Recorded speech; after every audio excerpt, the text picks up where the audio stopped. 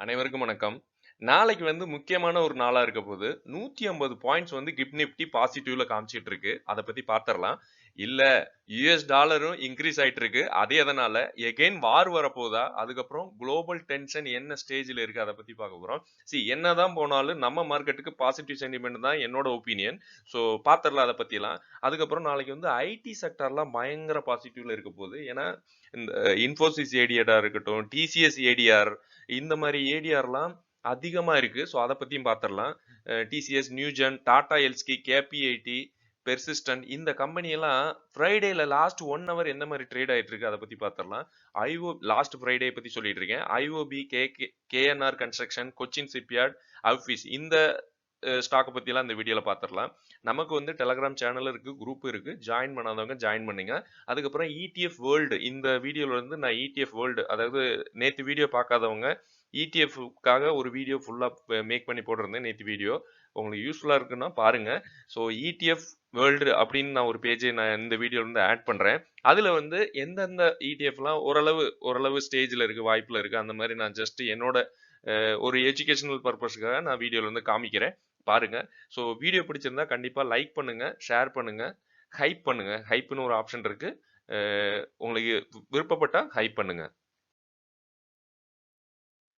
FIDA data பாருங்க. ஆக்சுவலா Friday 1830 கோடி எஃப்ஐ வாங்கி வச்சிருக்காங்க. டிஏ ஒரு 5700 கோடி வாங்கியிருக்காங்க. ஸோ இது எல்லாமே பாசிட்டிவ். ஸோ இது நிறைய பாசிட்டிவ் அப்டேட் இருந்தாலும் அதுக்கு இடையிலையும் நிறைய நெகட்டிவ் அப்டேட் இருக்கு. எஃப்ஐ வாங்கிட்டு தான் இருக்காங்க. இப்ப ஒரு 3 ட்ரேடிங் செஷன் பயங்கரமா பல்கா வாங்கியிருக்காங்க. இது பயங்கரமான பாசிட்டிவ். ஏன்னா டிஏ ஒரு பக்கம் வாங்கினாலும் இவங்க போட்டி போட்டுக்கு வாங்குற மாதிரி ஆயிடுச்சு ஃப்ரைடே. ஸோ மண்டே ஒரு 150 பாயிண்ட்ஸ் வெடிக்க சான்ஸ் இருக்கு. பெரிய சரவடியா இருக்கும்னு நினைச்சாலும் ஒரு பக்கம் நம்ம யூஎஸ் இருக்காருல்ல, அவர் என்ன பண்ணிட்டு இருக்காருன்னா, இன்னொரு பக்கம் ஒரு வார் வர்ற மாதிரி Syria, US hits back in Syria அப்படின்னு இந்த பக்கம் கொடுக்குறாங்க. அதுக்கப்புறம் இஸ்ரேல் ஸ்ட்ரைக் ஆன் ஈரான் அந்த மாதிரி எகைன் வருது. ஸோ இதெல்லாம் வந்தாலும் மேபி இவங்க தொடங்கிட்டாங்க அப்படின்னா குளோபல் சென்டிமெண்ட் நெகட்டிவ் ஆகணும். அப்படி நெகட்டிவ் ஆனா எல்லா மார்க்கெட்டும் டவுன் ஆகும்போது நம்ம மார்க்கெட்டும் டவுன் ஆகும்.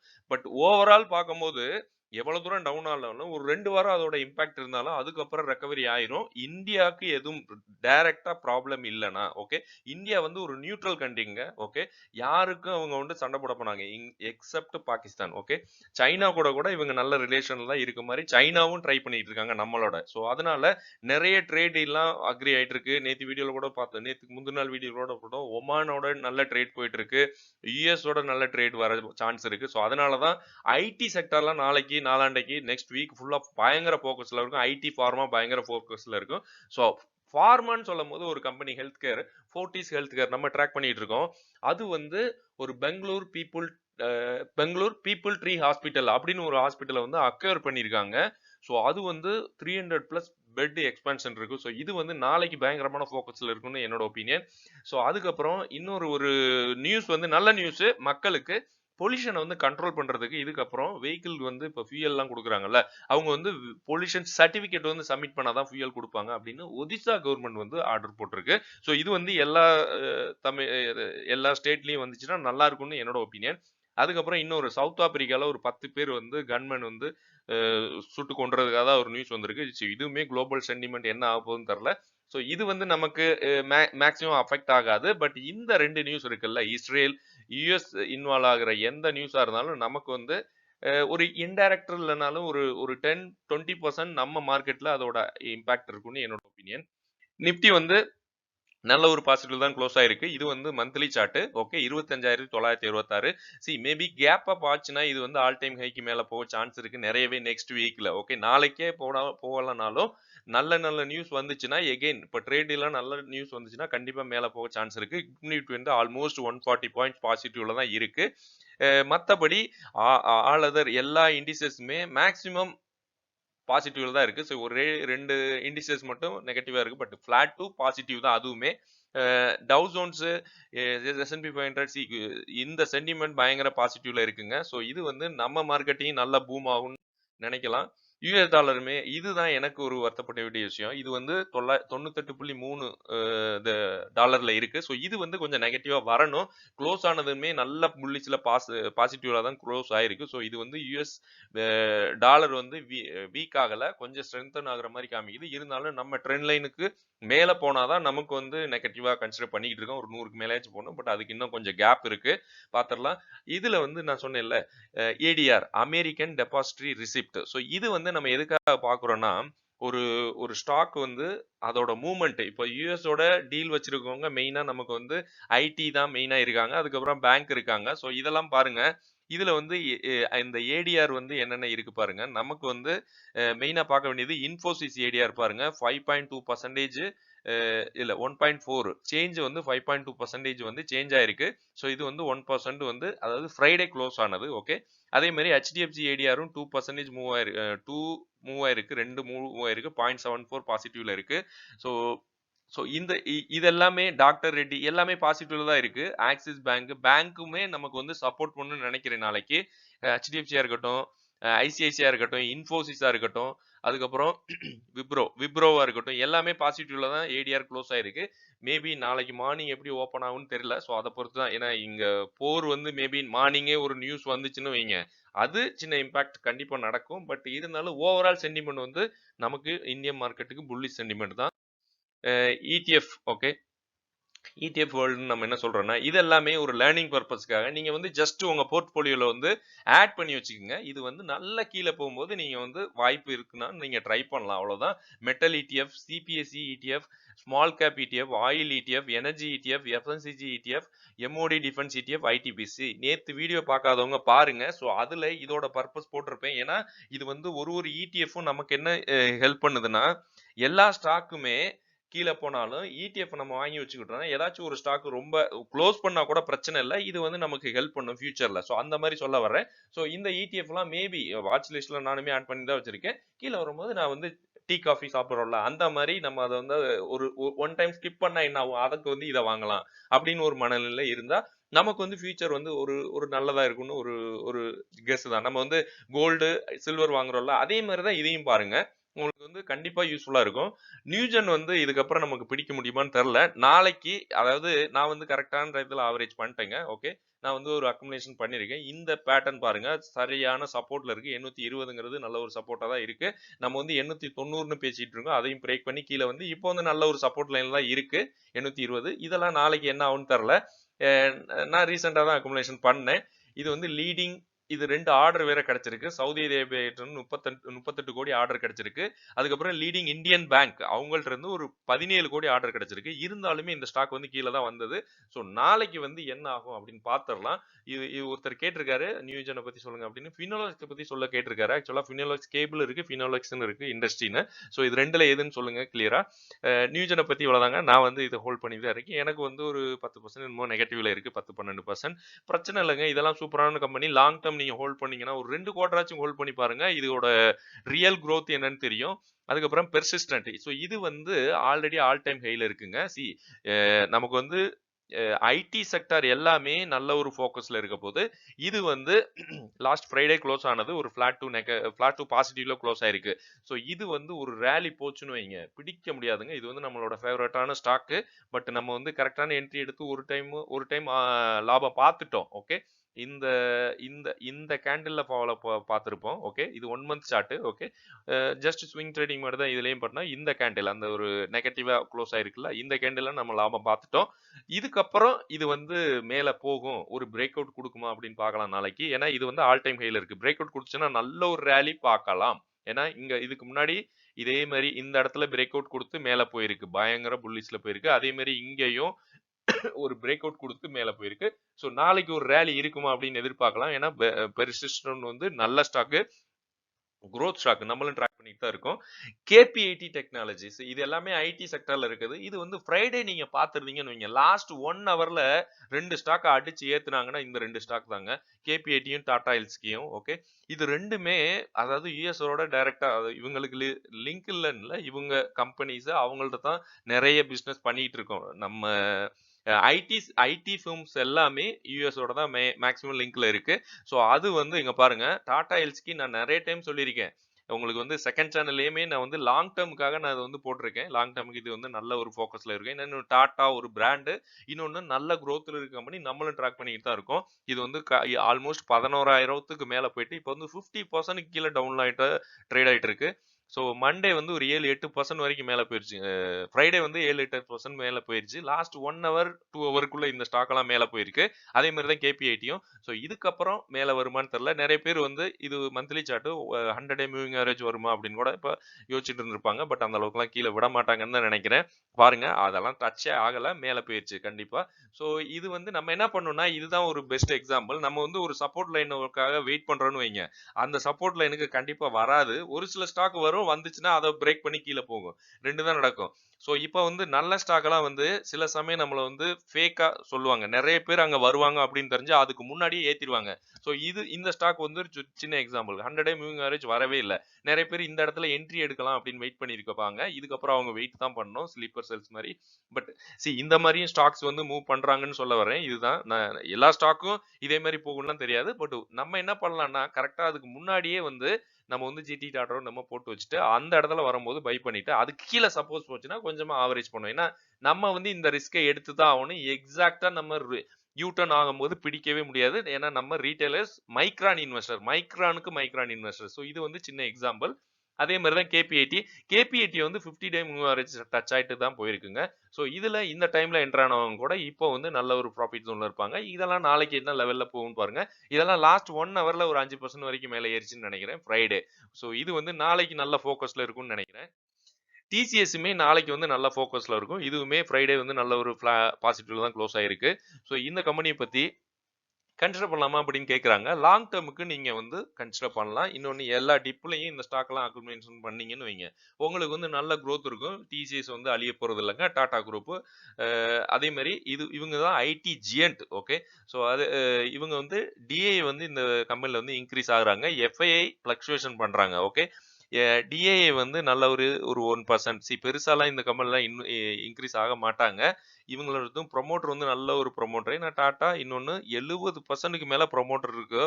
பிக் அதாவது ஒரு பெரிய கம்பெனில 70%க்கு மேல ப்ரொமோட்டர் அவங்க செல் பண்ணவும் இல்ல பெருசாலாம். எஃப்ஏ வந்து ஒரு 1% மேல ஏத்தி கீழ இறக்குறாங்க. இது வந்து பெரிய ஃபிளக்சுவேஷன் காமிக்கிறதுக்காக அவ்வளவுதான். இது பெருசாலாம் ஒண்ணும் கிடையாது. ரீட்டைலர்ஸும் கொஞ்சம் கிராஜுவலா இன்க்ரீஸ் ஆகுறாங்க. இந்த கம்பெனி எல்லாம் லாங் டேர்முக்காக வாங்குவாங்க. ஸோ லாங் டேர்முக்காக வாங்கினா கூட நமக்கு வந்து டிவிடெண்ட் ஈல்டு இவங்க 1.84% கொடுக்குறாங்க. ஸோ இது வந்து இப்போ கூட யூட்டர்ன் ஆகுற மாதிரி தான் இருக்கு. இன்னொன்னு யூஎஸ்ல இருந்து நல்ல நியூஸ்லாம் வந்துகிட்டு இருக்கு. ஸோ இது வந்து நல்ல ஒரு பாட்டம் சப்போர்ட் ஆயிட்டு தான் மேல போயிட்டு இருக்கு. அஹ் நீங்க ட்ரை பண்ணலாம். இன்னொன்று டெப்ட் எல்லாம் பாருங்க 10,000 கோடி தான் இருக்கு. 7,000 கோடில இருந்து கொஞ்சமா இன்க்ரீஸ் ஆயிருக்கு. இவங்களோட மார்க்கெட் கேபிட்டல் 11 லட்சம் கோடிங்க. ஸோ அதுல கன்சிடர் பண்ணும்போது இதெல்லாம் ஒண்ணுமே கிடையாது. ஸோ நல்ல ஒரு வேல்யூவேஷன் தான் இருக்கு இந்த கம்பெனி. ஐஓபி இந்த கம்பெனி வந்து நம்ம கன்சிடர் பண்ணலாமா? இல்ல இது வந்து எப்பதான் ஒரு 60 ரூபா போகும் அப்படின்னு ஒருத்தர் கேட்கிறாரு. 60 ரூபாங்கிறது எங்க இருக்குங்க? இது வந்து எங்கேயோ போயிட்டு வந்திருக்கு. 227 ரூபா போயிட்டு அதுக்கு அந்த அந்த பிரைஸை இது வரைக்குங்க டச் பண்ணல. இவங்க உள்ள வந்ததுக்கு அப்புறம் 227 ரூபாய் தான் பெரிய பிரைஸ். All time high. அத இது வரைக்கும் டச் பண்ணல. பாருங்க இங்க ஒரு ஹை போயிட்டு இது வந்து 5 இயர் சார்ட் இங்க இருந்து எடுத்தா இந்த அளவுக்கு வரும். 5 இயர் சார்ட்ல நல்ல growth காமிச்சிட்டு இருக்காங்க. பட் ஓவரால் பார்க்கும்போது இவங்க வந்து நல்ல ஒரு டவுன்ல தான் இருக்காங்க. நிறைய இன்வெஸ்டர் உள்ள லாக் ஆகி வச்சிருக்காங்கன்னு நினைக்கிறேன். ஸோ அது மேபி இந்த டைம்ல இவர் வாங்கியிருப்பாருன்னு நினைக்கிறேன். 60 ரூபாங்கிறது மேபி இந்த இந்த ஒரு ரெட் கலர்ல போடுற பாருங்க. மேபி இந்த இடத்துல இவர் வாங்கியிருக்க சான்ஸ் இருக்கு. இல்ல இதுக்கு முன்னாடியே வாங்கினாரான்னு தெரியல. பட் இவங்க முன்னாடி இருந்து வச்சிருந்தாங்கன்னா லாங் டேர்ம் நம்ம வந்து லாங் டேர்ம் இன்வெஸ்ட்மெண்ட் பண்றோம்னு ஒரு டைம் ஒரு வேர்ட்லயும் சொல்றோம்ல. ஸோ இந்த மாதிரி ஆயிடக்கூடாது. ஐஓபி வந்து ஒரு எக்ஸாம்பிள் தான். நல்ல கம்பெனி தான் இல்லைன்னா சொல்லல. பட் 227 ரூபா போனது இது வரைக்கும் அதுக்கு கீழே போகவே இல்லை. இப்போ வந்து எவ்வளவுல ட்ரேட் ஆயிட்டு இருக்கு? 34 ரூபாயில ட்ரேட் ஆயிட்டு இருக்குங்க. இவரே 60 ரூபாயில வாங்கிட்டு 50% இப்போ டவுன்ல இருக்குங்க. 60 ரூபாயில வந்துட்டு 30 ரூபாயில இப்போ பிரைஸ் இருக்கு. பட் 227 ரூபா வாங்கினவங்க என்ன ஆவாங்க? ஸோ இந்த மாதிரி கம்பெனிலாம் நம்ம ஷார்ட் லிஸ்ட் பண்ணி லாங் டேர்முக்கு நம்ம நல்ல ஸ்டடியான கம்பெனி growthல இருக்க கம்பெனியை பார்த்து முதலீடு பண்ணணும். ஸோ அதுக்கு தான் நம்ம வந்து யூடியூப்ல மெயினா வந்து என்னோட ஒப்பீனியன்ஸை லேர்னிங்காக நான் ஒரு வீடியோல சொல்லிக்கிட்டு இருக்கேன். நான் வந்து எப்படி பண்றேன் அப்படின்னு. ஸோ நமக்கு வந்து இது லாங் டேர்ம்ல வந்து கவுத்து விட்ட போற கம்பெனி இதுவும் ஒண்ணுதான். ஏன்னா நான் இது வந்து நல்ல எக்ஸாம்பிள் தான் சொல்லணும். 227 ரூபா போனது இப்போ வரைக்கும் அந்த பிரைஸ் போகவே இல்லை. 34 ரூபாயில ட்ரேட் ஆயிட்டு இருக்கு. இவங்க ரிசல்ட்டுமே நல்ல ரிசல்ட் தான் கொடுத்துருக்காங்க. பட் பிரைஸ் வந்து நல்லா கீழே இறக்கி வச்சிருக்காங்க. ப்ரொமோட்டர் தான் காரணமான்னு தெரியல. ப்ரொமோட்டர் வந்து ரீசன்ட் குவார்டர்ஸ்ல 96% மேல வச்சுக்கிட்டு இருக்காங்கங்க. சூப்பரான ப்ரமோட்டர். இருந்தாலும் பிரைஸ் எதுக்காக இந்த அளவுக்கு அடிமட்ட ரேட்ல இருக்கான்னு தெரியல. இது வந்து நல்ல ஒரு அண்டர் வேல்யூட தான் இருக்கு பிரைஸ். ஸ்டாக் பிரைஸுமே நல்லா அண்டர் வேல்யூட தான் இருக்கு. ரூ. 31 இன்ட்ரின்சிக் வேல்யூ, கரண்ட் பிரைஸ் வந்து ரூ. 34. இதெல்லாம் பெருசாலாம் கிடையாது. பட் டெப்ட் வந்து பயங்கரமா இன்கிரீஸ் ஆயிருக்கு இந்த பேங்க்கு. 3,85,000 கோடி, 65,000 கோடி தான் மார்க்கெட் கேபிட்டல். இவங்களோட டெப்ட்ட பாருங்க, பயங்கரமா கடன் வாங்கி வச்சிருக்காங்க. பட் இது கவர்மெண்ட் பேங்க். ஸோ அதனால நம்பி இன்வெஸ்ட் பண்ணலாம்னு தானே நினைக்கிறேன். இன்னொன்னு டிஏஐ இவங்களோட பொறுமையா இருந்தா நமக்கு வந்து நல்ல ப்ராஃபிட் வரும் இந்த பேங்க்லாம். அது அது வந்து எல்லாத்துக்கும் சொல்றது தான். பட் அப்படி கிடையாது. பட் இதுலலாம் எப்படிங்க பொறுமையா இருக்க முடியும்? தெரிலங்க. இருந்தாலும் மேபி இவங்க ஒரு சான்ஸ் குடுத்துருப்பாங்க. இங்க இருக்கவங்க வந்து நான் ரெட் கலர்ல போடுறேன் பாருங்க. இப்படியே கொஞ்சம் கொஞ்சம் கொஞ்சமா ஆவரேஜ் பண்ணியிருந்தா, திரும்ப மேல போம்போது, இங்க போம்போது எஸ்கேப் ஆயிருக்கலாம். சரி, அது ஒரு சான்ஸ் குடுத்துட்டு தான் எல்லா ஸ்டாக்கும் போகுது.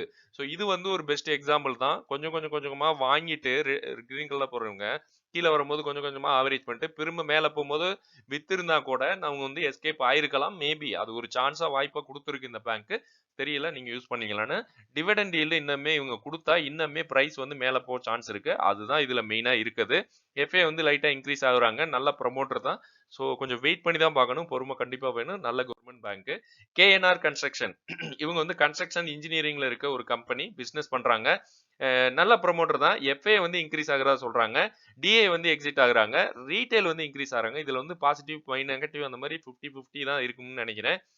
ரொம்ப கீழ இருக்குங்க பிரைஸ். சூப்பரான ஒரு சப்போர்ட் பாயிண்ட்ல இருக்கு. ஓகே. இது வந்து நல்ல அண்டர் வேல்யூல தான் இருக்கு. ரிசல்ட் நல்லா இல்ல. சோ அதுதான் மெயினான ஒரு ரீசன். இவங்க பெர்ஃபார்மன்ஸ் கொஞ்சம் கம்மியா இருக்கு. இந்த குவார்ட்டர் மேபி லாஸ்ட் குவார்ட்டர் நல்லா பெர்ஃபார்மன்ஸ் இல்லன்னு நினைக்கிறேன். இன்னொன்னு ஸ்டாக் பிரைஸ் நல்லாவே இல்லங்க. ரிட்டர்ன்ஸே குடுக்கல. சோ இந்த மாதிரி கம்பெனி வந்து நம்ம இதுக்காக முதலீடு பண்றோம். நல்ல ஒரு பெட்டரான ரிட்டர்ன்ஸ் கிடைக்கிறதுக்காக நம்ம ஹோல்டிங்ஸ் வந்து இன்கிரீஸ் பண்ற பணத்தை வந்து அதிகரிக்காக தான் முதலீடு பண்றோம். பட் அந்த மாதிரி இல்லைன்னா நம்ம என்னங்க பண்றது?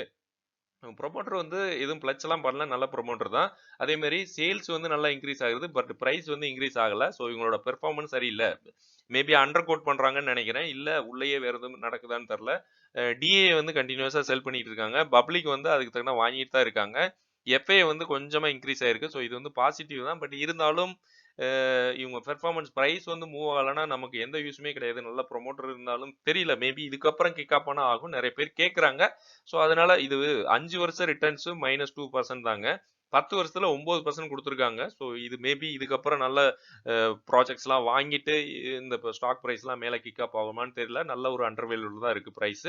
1400 கோடி இருந்த டெப்ட் வந்து 2300 கோடியா மாறி இருக்கு. 4000 கோடி தான் மார்க்கெட் கேபிட்டல். ஸோ நீங்க பாத்துங்க.